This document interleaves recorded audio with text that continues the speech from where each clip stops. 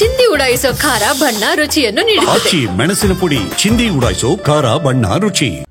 ನೀವು ನೋಡ್ತಾರೆ TV news. ನಾನು ರೆಹಮಾನ್ ಹಾಸನ್. ವಾಣಿಜ್ಯ ತೆರಿಗೆ ನೋಟಿಸ್ ವಿರುದ್ಧ ಮಹಾಸಮರವನ್ನೇ ಸಾರಿರುವಂತಹ ವರ್ತಕರು ಬೆಂಗಳೂರು ಸೇರಿದಂತೆ ರಾಜ್ಯಾದ್ಯಂತ ಪ್ರತಿಭಟನೆಗೆ ಮುಂದಾಗ್ತಾರೆ.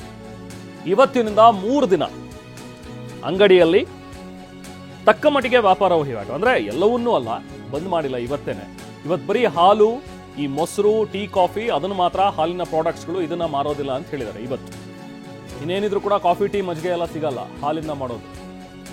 ಹೋದ್ರೆ ನೀವು ಲೈಮ್ ಟೀ ಕುಡಿಬೇಕು, ಇಲ್ಲ ಬ್ಲ್ಯಾಕ್ ಕಾಫಿ, ಬ್ಲ್ಯಾಕ್ ಟೀ ಕುಡಿಬೇಕು, ಅದನ್ನ ಕೊಡ್ತಾರೆ. ಸೊ ಅಂಗಡಿ ಮಾಲೀಕರು ಈಗ ಪ್ರತಿಭಟನೆಯನ್ನ ಮಾಡ್ತಾ ಇದ್ದಾರೆ.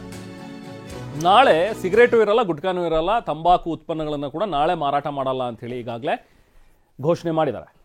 ಇನ್ನು ನಾಡಿದ್ದು 25ನೇ ತಾರೀಕು ಬೇಕರಿನ ಮುಚ್ತೀವಿ, ನಾವು ಬೇಕರಿಯಲ್ಲಿ ಯಾವುದೇ ವಸ್ತುಗಳು ಸಿಗಲ್ಲ, ಕಾಂಡಿಮೆಂಟ್ಸನ್ನು ಕೂಡ ನಾವು ಮುಚ್ತೀವಿ ಅಂತ ಹೇಳಿ ಹೇಳಿದ್ದಾರೆ. ಇವತ್ತಿನಿಂದ ಆರಂಭವಾಗಿದೆ ಅವರ ಒಂದು ಪ್ರತಿಭಟನೆ.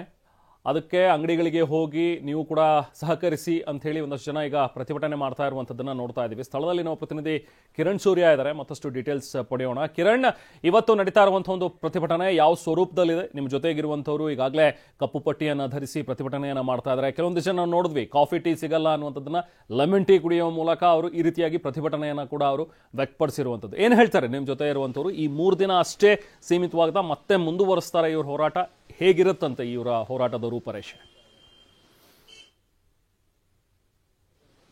ಎಸ್ ರೆಹಮಾನ್, ಕಮರ್ಷಿಯಲ್ ಟ್ಯಾಕ್ಸ್ ನ ಹಿನ್ನೆಲೆಯಲ್ಲಿ ಈಗಾಗಲೇ ಕೂಡ ರಾಜ್ಯದಲ್ಲಿರುವಂತಹ ಸಾಕಷ್ಟು ಅಂಗಡಿ, ಬೇಕರಿ, ಕಾಂಡಿಮೆಂಟ್ಸ್ಗಳು 3 ದಿನಗಳ ಕಾಲ ಹೋರಾಟಕ್ಕೆ ಮುಂದಾಗಿರುವಂಥದ್ದು. ಸದ್ಯ ನಾನೀಗ ಬಸವೇಶ್ವರ ನಗರದ ಮುಖ್ಯ ರಸ್ತೆಯಲ್ಲಿರುವಂತಹ ರಾಘವೇಂದ್ರ ಟೀ ಸ್ಟಾಲ್ನ ಮುಂಭಾಗದಲ್ಲಿದ್ದೀನಿ.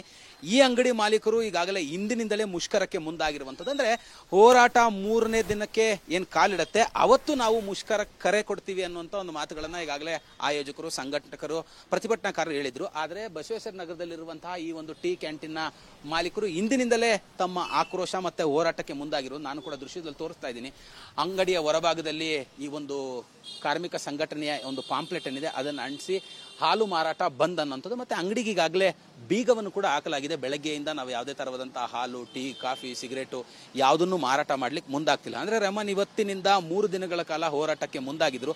ಇವತ್ತು ಟೀ, ಕಾಫಿ ಸೇರಿದಂತೆ ಹಾಲಿನ ಉತ್ಪನ್ನಗಳನ್ನ ಮಾರಾಟ ಮಾಡೋದಿಲ್ಲ. ನಾಳೆ ತಂಬಾಕು ಉತ್ಪನ್ನಗಳಾದ ಬೀಡಿ, ಸಿಗರೇಟು, ಗುಟ್ಕಾ ಯಾವುದನ್ನು ಮಾರಾಟ ಮಾಡೋದಿಲ್ಲ. 3ನೇ ದಿನ ಅಂದ್ರೆ ಶುಕ್ರವಾರ ಬೆಳಗ್ಗೆಯಿಂದ ಸಂಪೂರ್ಣವಾಗಿ ಅಂಗಡಿ ಮುಂಗಟ್ಟುಗಳನ್ನ ಬಂದ್ ಮಾಡಿ ಫ್ರೀಡಂ ಪಾರ್ಕ್ನಲ್ಲಿ ಪ್ರತಿಭಟನೆ ಮಾಡಲಿಕ್ಕೆ ಈಗಾಗಲೇ ಘೋಷಣೆಯನ್ನು ಮಾಡಿದ್ರು.